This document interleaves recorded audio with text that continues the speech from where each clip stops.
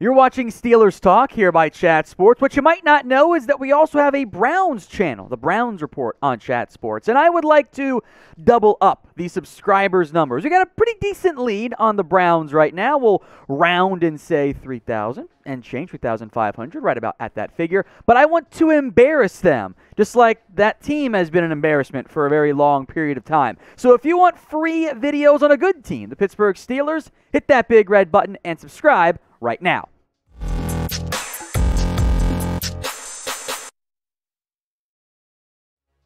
Tom Downey here for Steelers Talk. Today's video is all about potential cap cut candidates for the Pittsburgh Steelers. Now, they're probably not going to cut all of these guys, but these are the names to consider. I'm going to begin with arguably the best player, and in fact, I think he is the best player on this list. That is Stephon Tuitt. Now, before you get, oh, Tom, Steelers want to bring him back. We know that.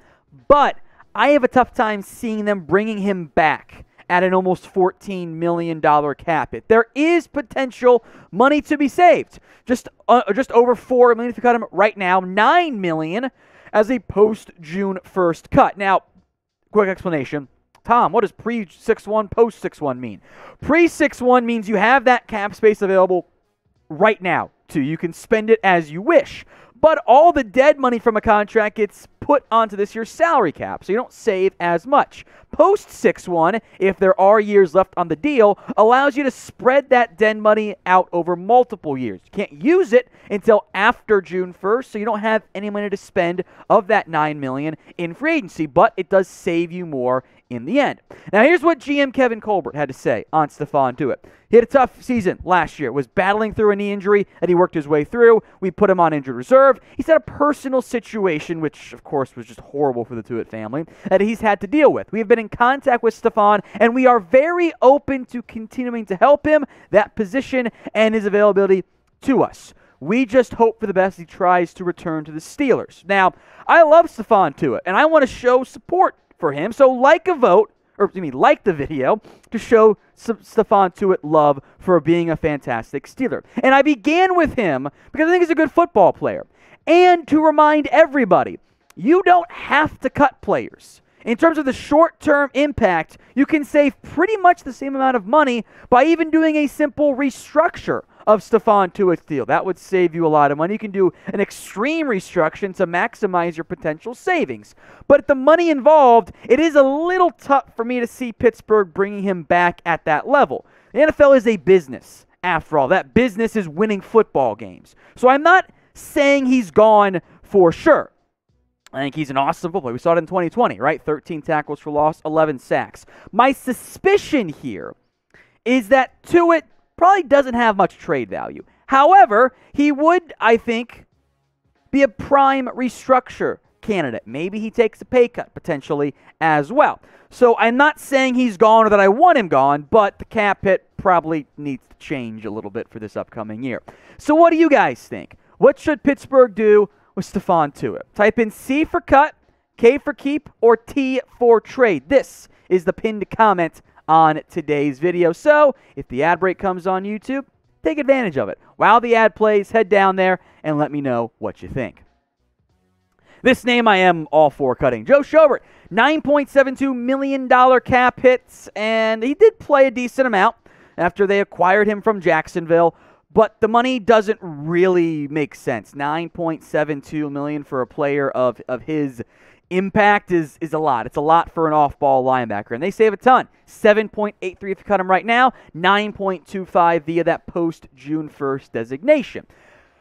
I don't want to pay him that much money. Yeah, inside linebacker is a need. I think I can find pretty equal pay compared to him, or pretty equal play for a much cheaper cost. Look, you acquired him from Jacksonville before. You're going to put up 112 tackles. That's awesome. I didn't think he was great in coverage. That's okay. You didn't have to have him be an impact pass rusher or coverage guy. He's had better production in the past, the former Brown, by the way. But I think linebackers got to change this offseason. I think you should make some adjustments there. Maybe Buddy Johnson emerges after being a fourth, I believe, round pick out of A&M last year. I don't want to pay this guy that much money. It's not a good business decision. Now, of your starting inside linebackers, pick one to keep for me. Type DB for Devin Bush or JS for Joe Schobert? Let me know in the comment section which linebacker, if you had to pick one to keep, who would it be? Also, a deal alert for you guys in the comment section. And by the way, I love this hoodie. I think it looks absolutely fantastic. I love the heather look that has become so popular in gear these days. 50% off, at least up to that figure, on hoodies for the Pittsburgh Steelers at chatsports.com/Steelers hoodie. That includes quarter zips, by the way. I'll put that link in the comment section and in the description. chatsports.com/Steelers hoodie. There's a ton of variety, styles, colors, fits, etc. They've got something for you. I pretty much guarantee it. So go explore the merchandise today at chatsports.com/Steelers hoodie. Next up, Zach Banner, who at one point was supposed to be the guy at right tackle, right? Supposed to be your option, or a tackle, I should say. Now I'm not so sure. Didn't do much last year for Pittsburgh. Chuck Okorafor beat him out. They played Dan Moore over him. Moore's coming back. You probably want to find help at offensive tackle anyway, and I can save $5 million by cutting Zach Banner. That's not a terrible figure to pay a premier swing tackle.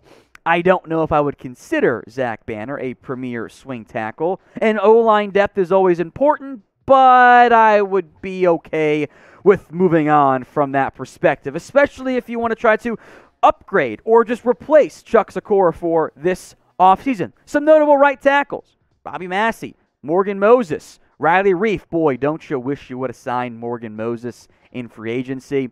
That would have worked out pretty well, I think, for Pittsburgh. Cornelius Lucas, Brandon Shell. He made less than $5 million last year. So you could move on from Zach Banner, and I still think find some help at the offensive tackle position.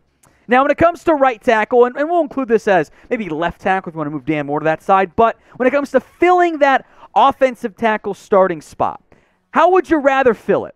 Type D for drafting somebody, or type S for going out and signing a player? Let me know what you guys think in the comments section. We'll talk more defensive tackles here. Tyson Alualu.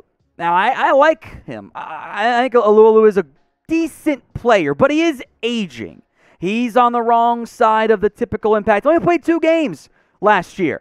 $4.04 million cap hit. You save $2.5 million if you cut Alualu, so I would say bye. Now, maybe you still keep him early in the offseason because it's not a ton of savings. You cut him closer to training camp, but he turns 35 this year. He played 2 games last year. I save a pretty good amount of money. I can use that $2.5 million on other positions: linebacker, corner, offensive tackle, paying my own guys. So I'd probably dump him, and I'd strongly consider dumping Chris Wormley as well. Now, this might be a he stays if Tuitt leaves situation.